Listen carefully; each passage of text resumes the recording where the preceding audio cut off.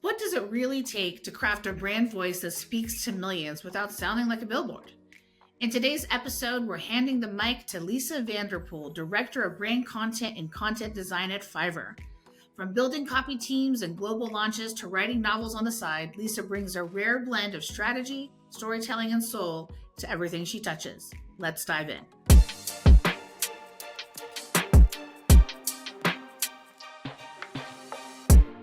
Welcome to ClearVoice MIC, Marketers in Conversation. Hi, I'm Joanna Bowzer. I'm the Director of Marketing here at ClearVoice, and I'm so excited today to be passing the mic to Lisa Vanterpool, the Director of Brand Content and Content Design at Fiverr.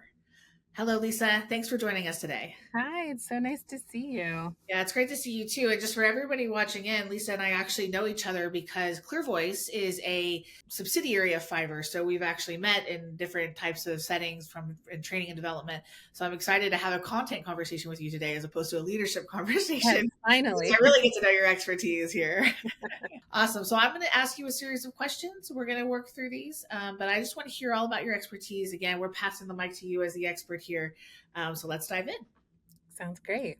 First things first, just give me an introduction of who you are and what you do for Fiverr. I know I gave your title, but what does that mean at Fiverr?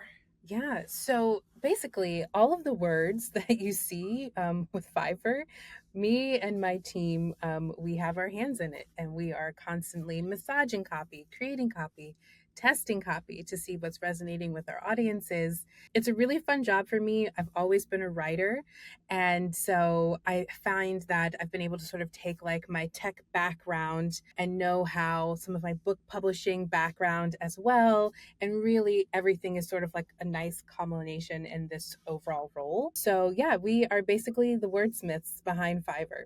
Sure. And I happen to know a little bit about you from our other, journeys in leadership, that you have lived overseas and you've worked in a bunch of different industries and in different types of roles. Tell me a little bit about your whole experience and sort of the holistic version of what you do from publishing to just Yeah. sort of all the different types of positions you've had. It's funny. I feel like I've had a little bit of a circuitous career, but there's definitely a red thread that I think that goes throughout it. But I'm originally from Virginia, and I think I knew from a pretty young age that I just had my sights set on living abroad. And so I did my master's degree at Kingston University in London. And so I lived there for about a year and a half, and I did my master's in publishing. And so that's really what fueled my fire to really get more serious about the words. And so I was working for then I had to move to New York because I couldn't get my visa sponsored in London. So that was a little devastating.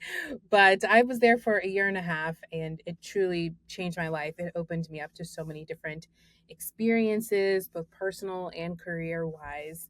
And then I started working for literary agencies and helping authors really create personal brands, because gone are the days when you could just write a book and that's it, and then you get publicity and the book sells. Like, you need to Sure. have a platform, you need to engage with your overall audiences, you also need to get press. And so I was really in an environment that I really had to hustle to sort of get some press and to really like teach authors like what it was to create a personal brand.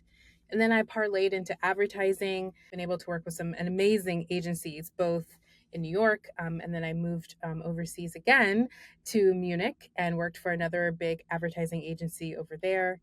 And then I moved to Berlin and I worked for a big tech company there. And I was in a somewhat similar role as I am in here at Fiverr. And so I was also the copy director. Whenever we had big events, whenever we had ebooks, whenever we had social content, it was me and my team creating all of that. And so that, I think, sort of was my nice I dipped my toe in, if you will, into that content world when it comes to a tech perspective. And I really enjoyed it. And I had an amazing boss and a fantastic mentor. And yeah, I think once I realized that my time in Berlin, I was in Germany for 5.5 years, and it was a beautiful time, but I was ready to come home, be closer to family.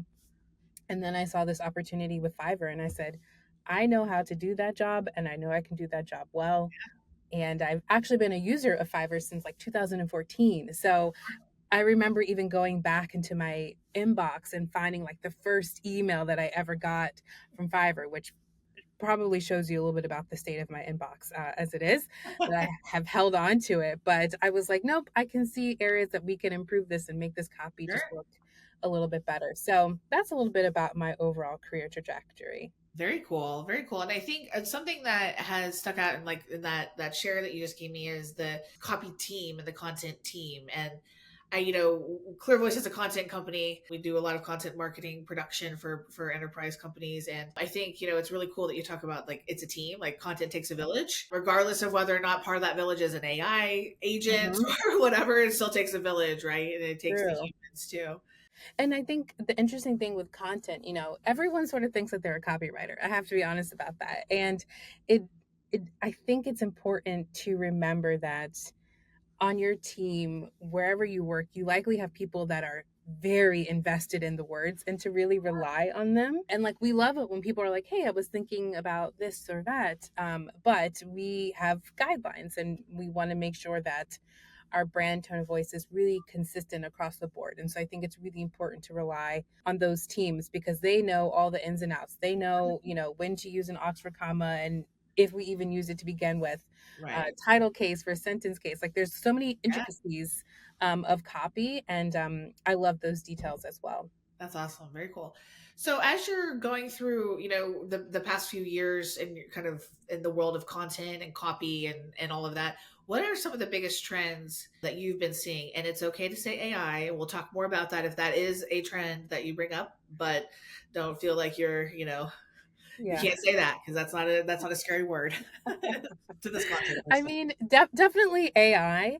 But I will also say that I feel like brands in the past several years have really tried to like double down on being a lot more personable and not really speaking to their audiences as we are a big brand trying to talk to you. Like we're really trying to meet people where they are, to be more conversational in our overall tone of voice.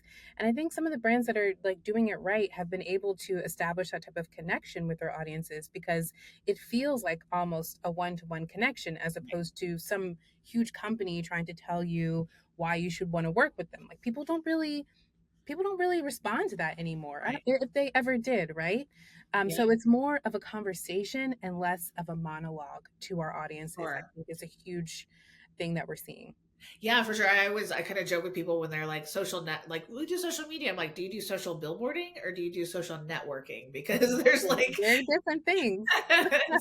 it's cool, but like one's more effective, Yeah. right? Like there's, and I really appreciate that. And I'm curious to sort of what over the past few years as you've developed your sort of like approach to personalization and that conversational content. Like, what are some sort of tactical things that you've uncovered that really make it accessible to maybe another marketer who's looking at bringing in more personalization into their content or into their copy? Is there anything that any words of wisdom or tactics to share there? Absolutely. You have to start with your audience. You have to understand what your audience wants. You need to understand how and in which ways your audience is interacting with you, which channels are working really well, which ones are not, and really taking the time to even like do interviews with your audience to understand what other brands are they also interacting with. Like, let's not pretend that like we exist in isolation. Like, there's a lot of things going on with people and how they are scrolling, how they're checking their emails, how they're engaging with these brands. And so, if you don't start with your audience, you will always be one step behind because you're just going off of what you think they want as Sure. opposed to really taking the time to understand what it is that they want. So I think that's so crucial and so important. And it's something that we want to do more of here at Fiverr. We certainly do it in some ways. Whether that's through, surveys or having like one-to-one calls with some of our like top sellers. There's a lot of ways in which we do that, but I can be honest, we could be doing even a better job of that.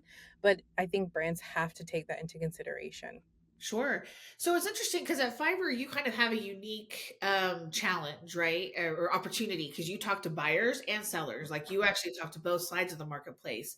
And I'm sure there's other people out there that may be listening into this conversation that have like very, like, sort of two sides of the coin that they're talking to with respect to their messaging and their brand copy and things like that. Is there anything that you've sort of found as a way? I mean, obviously talking to people, but any other ways that you kind of like keep that dual mindset engaged as you talk to the different audiences that you have?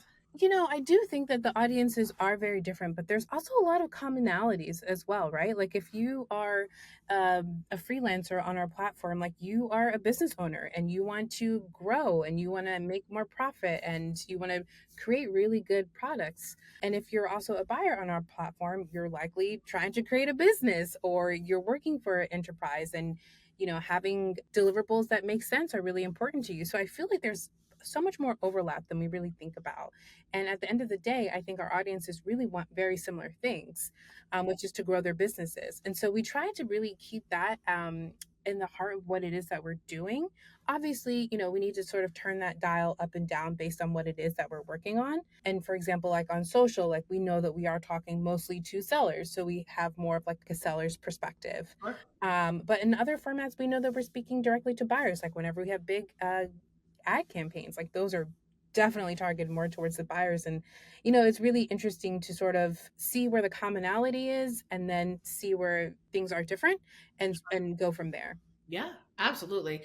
No, I think that that's really interesting. And I know at ClearVoice, like because we have a marketplace too, and it's a similar world where we speak to both audiences, but it's a little different for us because we're looking specifically at like experts versus like enterprise businesses. So Sure. it's really cool to think about that, sort of both sides of your marketplace or the Fiverr ecosystem, if you will, are, really like there's a lot of convergence between the two. Hmm. How you talk to them because it Yeah. completely makes And I sense. think a lot of businesses, like if even if they have multiple audiences that they're speaking to, should really sort of take that as a bit of an exercise to understand where is the commonality here, because I think it'll really behoove you to lean into that a little bit more as opposed to only feeling like I can speak to this audience one way and this audience Right. another. Like at the end of the day, they're all a part of the ecosystem that you have created Right. with that overall company. So there should be some type of shared language. Yeah.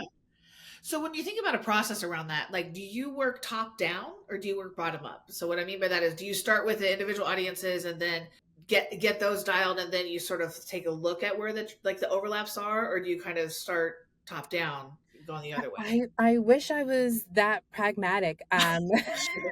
If I could be honest, like top down, bottom up, zigzag. Like honestly, I think it really just depends on what the overall initiative is, and Sure. that's just the really honest answer. Like if I Yeah. had the time to like, really go through all the materials that we produce and create, I would love to sort of like do a flow chart, and like that's like my dream is to just pin everything up on a board and be like, we talked to this audience here and this is what we said, and like really see, because like I feel like it would be a really interesting exercise and overall mind map. But given like a specific initiative, for example, like Fiverr Go and like that launch, we really tried to make sure that we were speaking like top down, and that overall that like we felt that when, especially when you're introducing like a new product offering, that it's something that the audience like wants, and that we're really explaining what that is, and Sure. that takes maybe a little bit more nuance when it comes to that. So it really just depends on the overall project. Absolutely. So I'm getting really marketing nerdy right now. Like, tell Okay. me a little bit about how you work with product marketing over at Fiverr or at your past company in Yeah. Union. Like, how does that work? Because I think content and product marketing, they're like, siblings, right? Almost twins, because you need product to be able to do the content, but they also need content to like get the more audience, you get more audience feedback through content marketing than product Yeah. marketing. So how does that, like, how do you like to structure those working relationships with your counterparts in product marketing? It's so important to have a good relationship with product marketing, because and also the product team as well, because from the content design perspective, so that's basically how the words appear on a website or on a mobile app. UX writing, some people even still call it. Like we have to know from a product perspective, what does this button do? I need to know exactly where it goes, and I need to know like what is it that we want to prompt the user to do. So we really need to work extremely closely with the product team Sure. from a content design perspective. So that means getting further up the funnel and making sure that when they are kicking off a new service offering, that we're in that first meeting, that we understand what the brief is, that we understand how that's going to impact design as well, so that we can all really like sort of like work together and iterate together, as Sure. opposed to content design being at the end of the food chain, so to speak, Right. and being like, here's a Figma, we need words here, here, and here. That just does not work. especially from the product team, like being very invested in their roadmap is crucial for us. From a product marketing perspective, it's really a lot of the same things.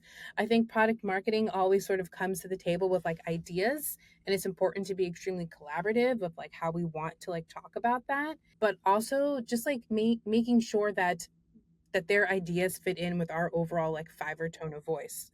So that's really cool. So tell me a little bit about like what's a recent campaign that you're really proud of? This is going to live forever, so this is kind of Yeah. a snapshot. But tell me about a recent campaign or launch that really like you felt like you guys really crushed it. Hmm. There's one that's about to launch, so I don't think I can talk about that one just yet. But I think the biggest launch that I have worked on is Fiverr Go. So just for context, I joined Fiverr in December of 2024. And very quickly, I had some calls with Micha, who's the CEO, and he was like, "You're going to be involved. This is the biggest product launch we've ever had in our whole company. Like, Zababa, go for it." And I was just like, okay. And, I was so new that it really was extremely satisfying to like jump in and to feel really confident in my abilities as a writer and to say, this makes sense, this does not make sense. And have the team work alongside me quite rapidly because, I joined in December. We launched this thing in February. So it was really like very quick turnarounds. And it was also leveraging an AI tool. And, since then, the product has had, a couple of different iterations. We know that the personal assistant, which is an AI driven tool, is like converting extremely well. And Right. so it just feels good to know that when I go to, Fiverr Go and I see the overall training, I know that, oh, I had a hand in writing those words. I had a hand in doing this landing page. I had a hand in the overall creative. We did a creative campaign that we shot, and I think it's like one of the best creatives that we done. Sure. Not because I worked on it, just to be clear, but I just thought that the messaging was like really tight and Sure. interesting. The actor that we had in it, was funny and it was humorous and not in a cheesy way, but in a, oh, okay, I can actually understand what this product Right. does Right. because we had a creative campaign that worked really well with it. So Yeah. the Fiverr Go was definitely one of the biggest launches I personally have ever worked on and that I've ever worked on so quickly Yeah. after having joined a company. Absolutely. And I also just like I thought something you just said was really cool in that you were a direct line all the way to the top, right? Like you're having conversations with Mija about it as well. And it's not like there's layers and layers of like communication, telephone breakdown. But it's like no, like the organization that you're in Yeah. fosters that kind of collaboration from the very top. Absolutely. And I think that's one of the great things about working at a company like Fiverr. I think they sort of pride themselves on still having the startup mentality. And I have definitely worked in some startups before. And so there's not a lot of like, yes, there is hierarchy, but like if Sure. I need to go straight to the top, that's no problem. I Right. can do that.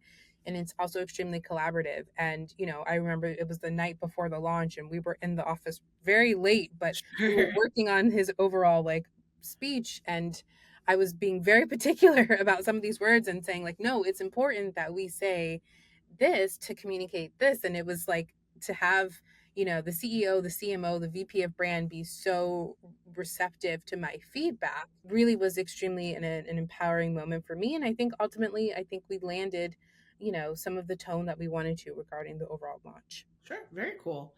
So I want to ask a couple personal questions. I know we talked about your whole like work history of going around the world and your love of travel and like living overseas and things like that. Just current day, what do you do outside of work? Like first of all, you're a creative, right? Like Yes. how do you refill your tank, your creative tank?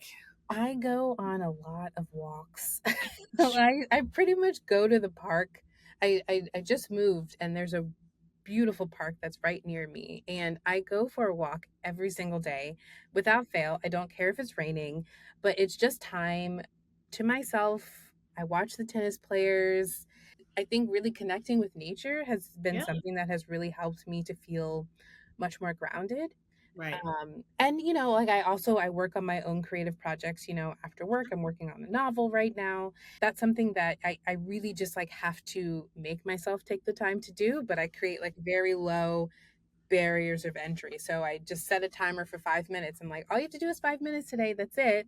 And then as soon as that timer goes off, I'm like, oh, let's just do 5 more. Okay, let's Sure. just do 10 more. Yeah. And then like that helps to build momentum. I think it's really all about creating momentum in life. But also you need to pause and, taking walks and spending time with friends definitely recharges my battery. That's awesome. And I love you're a professional writer, right? Like copy and things like that. I know that now you manage writers and you're, so it's like maybe you're doing a little less like, No, I still write a lot. okay, cool. Perfect. I mean, I do too. So, I mean, I feel like no matter what level of marketer you are, you're like, I still touching the copy. So, Yep. Still touching it. but you, even with your novel, you illustrated just sort of like, really great practices of like, just sit down for 5 minutes, even though I'm a pro and like, I still have to do that, right? Just sometimes you have to, because even if you're writing copy, you probably have to do that sometimes just to be like, I got to get over this like writer's block. Yeah. And the thing about writing is that sometimes it can be like such a solitary practice. And so like this afternoon, I'm pretty sure I need to like lock myself into a room just to like focus on like doing something regarding AI. But it's just about creating like the space and just saying, let's just work on this for a little bit. And once you start, especially if you're a writer, you'll get back into that groove so easily. Yeah, it's like riding a bike. Yeah, exactly. For sure. Any advice or career lessons that you wish you would have known sooner, that if you could like gift to a young marketer to say like watch out, or here's something to think about, that you would share? Don't be afraid to take calculated risks, and always make sure that you know everyone that's on your team and people that you will be working with and people that you might not be working with. In one of my jobs at this ad agency that I was working with, I befriended one of the developers and I was like, tell me about coding. Like I'm just like so interested. Like how does this work? Because I'm really just so curious. And it was like from that interaction, he's always in the back of my mind of like, I know what a good developer is because I've had someone that can like sit down and explain it to me and be passionate about that. And Sure. so now I felt like that set me up for success because I had no idea that down the line I'd be working with so many developers. And Right. now I can at least have some sense of vocabulary of what it is that they're talking about when it comes to like, overall sprints and timelines and things like Sure. this. And so I feel like being incredibly curious, that's actually like the biggest tip that I would give to anyone doing any type of career is be curious, and be curious enough to like reach out, be curious enough to have conversations, be curious enough to try new things. Even if they don't work, at least you will have tried, and I'm sure you will have like learned something Right. along the way. I mean, that's what really led me to like want to like live abroad too. Like I was just curious to know like how does marketing work, in EMEA, and how does it work in APAC? How does it work in all these other regions? Because I also think it's really important to have a global perspective as well. Awesome. Well, thank you again for taking the time to connect with me. I really appreciate all of the knowledge that you shared as we handed you the mic here at CV Marketers in Conversation. I guess before we go, is there any final like button that you want to share? Be curious was great. So like if it's Mm. be curious, that's great. But if there's any final words, any final mic drops where you Final want to put mic it? drops. Be curious and also know that at the end of the day, everyone just wants to be understood. And you can take that in a professional perspective, you can take that from a personal perspective as well, but do your best to try and understand. Awesome. Thanks so much, Lisa, for joining us. It's been a pleasure talking with you. And yeah, we'll see you around the water cooler when I'm in New York. Sounds great. See All you right. then. Awesome.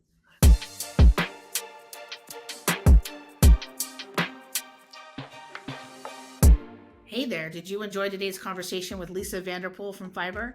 If so, subscribe to our YouTube channel for more expert interviews, marketing insights, and behind the scenes content from ClearVoice.